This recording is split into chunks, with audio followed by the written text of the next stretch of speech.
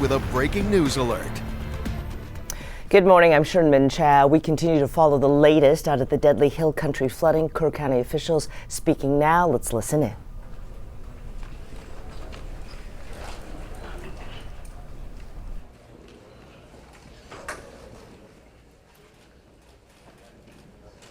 Okay, y'all ready? Okay, thank y'all for being here again today. Larry Letha, Kerr County Sheriff. I'm going to kind of go over some brief notes with y'all real quick, then I'm going to pass it on to the mayor. Hundreds of first responders remain along the Guadalupe River in Kerr County working to reunite families. The large search and rescue effort, including local, state, federal, and volunteer agencies, continue. As of 8 a.m. Central Time, 87 deceased have been recovered in Kerr County, including 56 adults and 30 children. Identification is pending for 19 adults and 7 children, with 1 additional person still unidentified. At present, 5 Camp Mystic campers and 1 counselor still remain unaccounted for. We ask private boats to stay off the Guadalupe River to allow search and rescue teams to operate without any interference. This is a tragic time for us. We're so grateful and thankful for all the resources that have been provided to us to do this job. And I can assure you we will not stop until this mission is complete. At this time, I'm going to turn it over to City Mayor.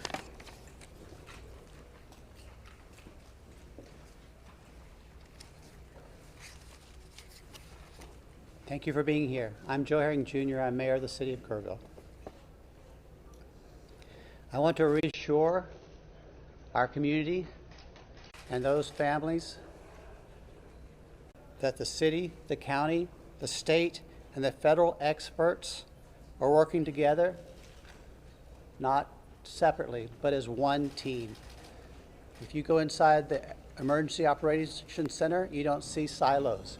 You see one team. I want to talk briefly about in-kind donations. The outpouring of generosity has been tremendous, and we are grateful. We are working on a new system to accept donations, and when those plans are complete, we will post them online on the city's Facebook page. We are grateful. We need a new system to handle the generosity of the world. Financial donations can still go to communityfoundation.net. That's the community foundation of the Texas Hill Country. Again, we are grateful for the generosity of the world. Over and over, I've asked you to pray. It occurred to me that I haven't asked you for what to pray specifically. Please pray for those who mourn, for those who wait, and for those who help. Now I'd like to call on Lieutenant Colonel Ben Baker.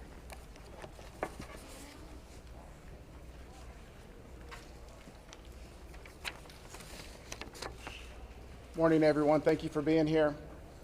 My name is Ben Baker, Lieutenant Colonel for Texas Game Wardens.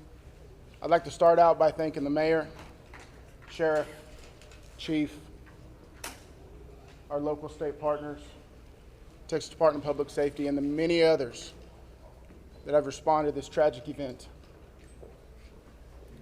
We as Texas are strong, and together we face adversity. Your Texas Game Wardens responded in the early mornings of Friday to this tragic event, along with many other local and state partners. Since the early mornings of Friday, your Texas Gamers have had over 300 game wardens in the area, serving the people of the state of Texas and the citizens of Kerr County. Among that, we've searched 26 river miles since the tragic event has started. We've had approximately 444 rescues, 30 recoveries. Some of our resources and assets we have dedicated to this tragic event include 2 helicopters with hoist teams, 12 drone teams, 10 K9 units, 9 swiftwater boat crews, 15 airboats, 16 UTVs, and 169 four-wheel drive vehicles. Your Texas Game Wardens will remain here and serving the community. We just ask you to continue to pray for the victims, for the families, for your first responders, for everyone involved. We'll open it up now to questions. If anybody has any. Can you talk about how challenging it is for you guys in the mud, the big trees? What's been like the difference of rain?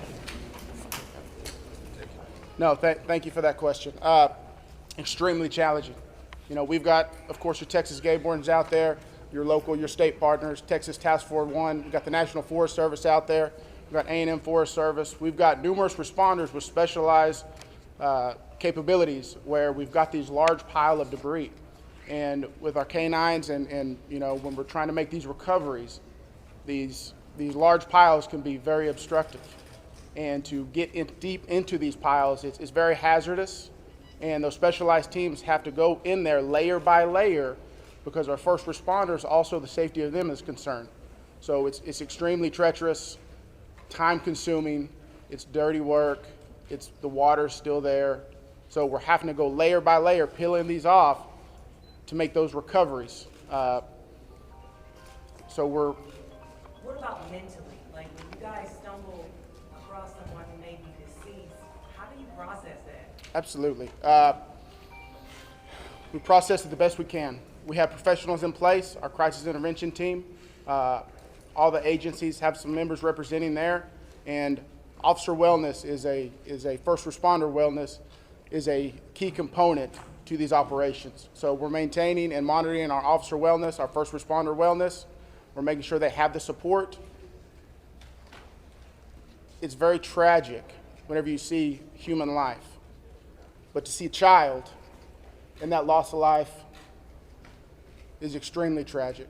More rain is expected to come down west of us, and eventually it's going to get down to Guadalupe River. Is that going to put a halt to the searches? And if not, how are you going to change the trajectory of the search and rescue operations?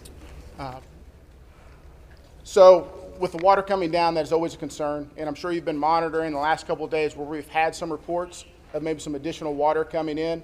Obviously, that's going to impact the search and recovery efforts. You know, us with numerous other agencies do have air capabilities, drone capabilities. We've got numerous fixed wing, rotary helicopters here. So it will alter our patrol patterns and alter our searches, but it won't deter them. I have a question for the specific discussions and actions were taken between the time the first flood emergency alert came in at 1:14 a.m. and then when the river first started flooding, those hours later? What were the specific actions and discussions that happened in those hours? Can you repeat that again, please? Absolutely. I would like to know if you could outline, please, what the specific actions and discussions were that local officials took between 1:14 a.m., that's when the first flood emergency alert came out, and hours later when the river first started flooding. What happened in those hours? What I can tell you, when I was first notified, it was around the 4 to 5 area. One of my sergeants was in dispatch when the first calls started coming in, the actual 911 calls come in. It was between 4 and 5 when I got notified. Okay, but prior to that, in that 3 to 4 area, my understanding is, and we're in the process of trying to put a timeline. You know, that's going to take a little bit of time. As I've told you several times, that is not my priority this time. There's 3 priorities. That's locating the people out there, identifying and notifying the next of kin. That is what I'm taking as my job as sheriff here to do. Okay. With all due respect, sir, I think that the community here is asking these questions. What happened? When did it happen? Was the emergency manager awake at the time? Did they push the button to issue an emergency alert? Sir, it's not that easy when you just push a button, okay? There's a lot more to that. And we've told you several times. So did it happen, sir? I can't tell you at this time, You okay? can't tell me if the emergency manager of the county actually issued an emergency alert. Okay, Sheriff, who Shimon, just give me a second. the Emergency Operations Center? Who Let him runs answer the question. the Emergency I'll come back Operations to you. Center? I ain't going nowhere. Appreciate it. Who runs the Emergency Operations Center? We have a communication center, a dispatch, okay? We have a communication center. That's where the calls actually go to the police department, then they're forwarded to Right, us. but leading up to this, in monitoring the weather, there's, in any large city, in in any state, there's an Office of Emergency Management that is monitoring the weather, that is watching and listening and getting briefings. Who was getting those briefings in this city, in this county? Who was receiving that information? And who would have ultimately made the decision to evacuate, hearing what was coming in from the Weather Service and other people? Okay, what we would have done when we get notified, okay, I'm gonna tell you. You're not emergency management though, right? The sheriff's not EOC. No, there is Who no, is I meant EOC? as the city. Yeah, I'll make that. So we understand you have many questions. Right. Hang on. No, I understand, but you're not gonna answer the question because that's up to the city manager and the mayor to answer those Correct. It's the questions. county emergency. We manager. understand That's you the have judge. many Where questions. is the judge? The judge is not here. We understand that, but right now, this team up here is focused on bringing people home. That's our focus. All those questions will be answered, but the priority right now It seems like you're is ducking bringing the- people home. We totally understand that, and we value the incredible work that is being done by those first responders. We're seeing them out there muddy and sweaty and grinding it out day after day. But your community is asking these questions. And we will Was we there will an get emergency answers. manager in the county Right now, awake at all the of our time? resources are Did they issue an focused alert? You should be able to to answer recovery. who was in charge of the Emergency Operations Center at the time that was getting any briefings. Do we have another question? if any I do. briefings. I think I'd like to focus on what local people can be looking for. We're looking at some erosion in roads and safety in them traveling. What can we tell people who live here right now and what they can do in their daily life? Should they worry about traveling on roads? Do we know anything about that infrastructure? Sure, absolutely. Jonathan Lamb, Kerrville Police Department. So we know that there's substantial road damage.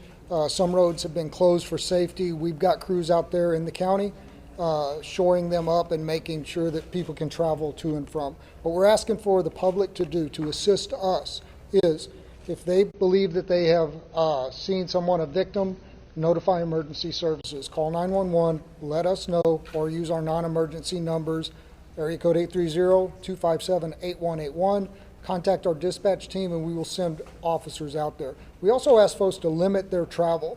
Our first responders have had a very difficult time getting to where they need to go because of the amount of people who are flooding our roadways. We understand there's natural curiosity. People want to come here and see the flood damage. Now is not the time for sightseeing. This operation is ongoing and continuous, and it will continue. I've got time for one more question. Last question. As far as I know, the last live rescue, unless there's new information, and I don't believe there is, was made on Friday. All right, I'm afraid that's going to have to do it for this morning. Can someone answer if the bodies have been released to the families, Sheriff? Excuse me. Have the bodies been released to the families? Some. I mean, they're at autopsy. I mean, How many are still missing? Do we have an estimate among the general population, not just the girls from Mystic, even just credible reports? Is it hundreds still? Is there any estimate among the general population of how many people are still missing? I've told y'all several times, it's hard to know that number. No, we don't. I know the numbers that we have found, and that's all I know. You still don't want to tell us who is. All right, so we're going to continue our operations. The next time that we're going to be in front of y'all will be at 5 p.m. right back here. If there is a critical update, again, we'll provide that information to you through the contact list that you have provided to us. Thank y'all. We appreciate it.